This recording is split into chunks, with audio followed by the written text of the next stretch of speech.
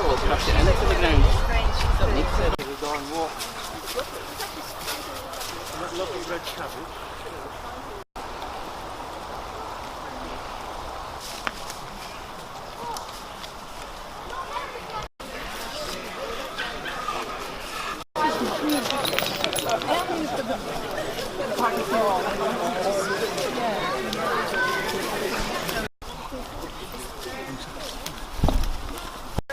On the way up here today, we had a very similar walk here about a decade ago, 10 years ago, and there was probably about half the number of people here, and it was an incredible march, a lot of political support, but I think it just underlines how long you need to keep fighting to protect your special places and to protect the environment.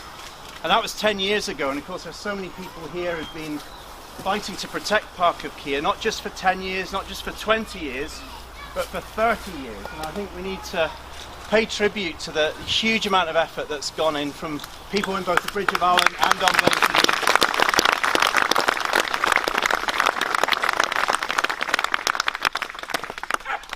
But in terms of looking now to the future, I asked the First Minister last week what's going to happen now.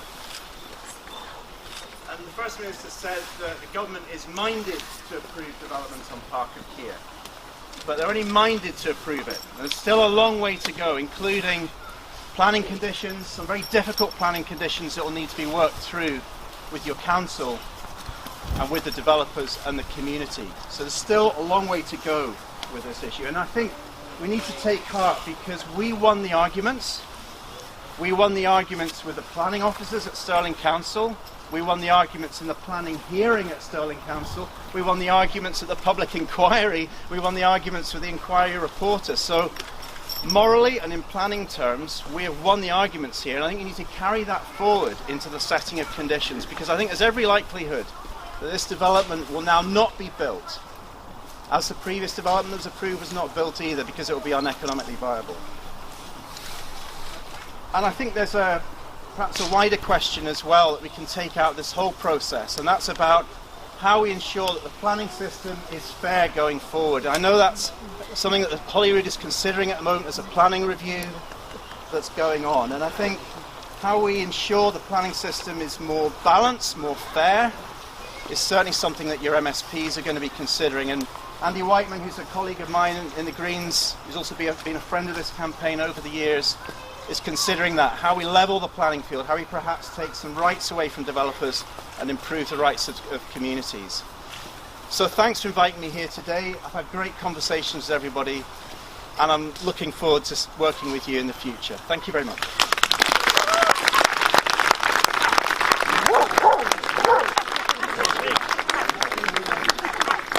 Ladies and gentlemen, I'm Alexander Stewart, and I'm a local resident and also the Scottish Conservative Member of the Parliament at Holyrood for this area. And I have been inundated since I became elected with information from you all about your strength of feeling about this process. So I thank you for coming today, and I thank what you've done in the past.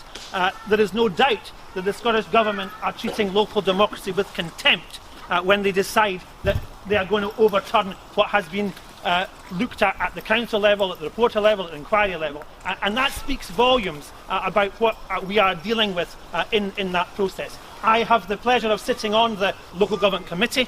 I have the role from Ruth Davison as the Shadow Minister for Local Government for the party, so I can assure you that my weight is very much behind what you're trying to do here. And as Mark has said, there's a long way to go. They are minded to do something, but as I say, we need to make sure that we challenge them at every opportunity. You know, looking at where we are, it's a fantastic location, decades of information, and you've spent decades trying to secure this.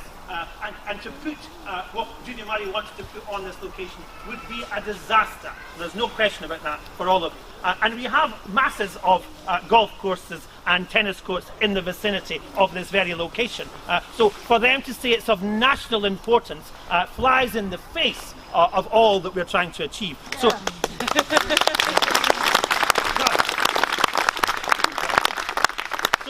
as you said, keep the faith. we are fighting your corner across party different lines, and that's very important too, because we want to ensure that we do all we can to save, to prosper, and to ensure that whatever happens here happens because the local community want to make it, not because the Scottish Government want to make it and Judy Murray wants to make it. Thank you.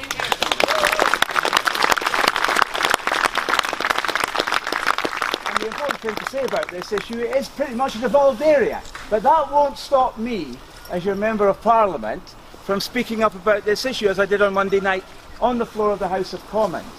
Because, well, first of all, let me say an enormous thank you. I am also a Bridge of Ireland resident. I haven't been involved in this campaign the way some of you have been, and therefore, humbly, I thank you for what you've been doing for so long to defend this green space, to defend the identity of Dunblane and Bridge of Ireland as separate, distinct communities. Because if some people have their way, they will fill in all the green spaces. It'll all be concreted over, and we'll just become one enormous town. And that's not what I want. That's not what I think our responsibility is for the future. Now, look, one thing I want to say is this. At the root of this issue is the fact that I believe that there's a problem with local democracy in this country. Because it doesn't seem to matter who you vote for, or what councils decide, or what local residents think, or what community councils input, because ultimately someone somewhere else in Edinburgh thinks they know better than everyone that lives here. That has got to change. And we have to have a debate in this country about what we think local democracy really amounts to. And I hope that as engaged as many of you have been in this campaign to preserve Park of Keir as a green space, I hope you will become equally as engaged in a debate about what we want our local democracy to be in Scotland. Because currently it is broken. And because of that, people don't vote. And then when things happen like this, people say, well, why should I vote? That's very, very disturbing for the future health of our society as a democracy. Yeah. So I hope that you will think about this and engage with this broader issue as well as this local issue. This week, I've already contacted developers. I intend, as the MP, to meet with the developers because they should bring forward now the detail of what they're proposing. The detail of what they're proposing in the light of this judgment from the Scottish Minister. And then I think we need to have that debate all over again in these communities about whether or not it is feasible to do what they plan to do. So, listen, thank you so much for doing this today. What an amazing turnout. Yeah. An amazing turnout.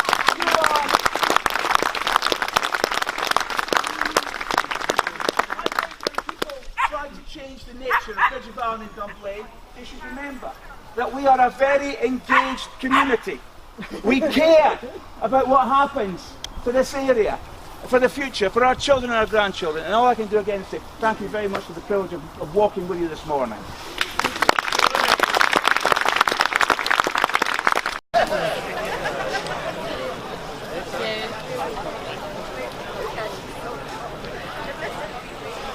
There's someone stole a twig from it.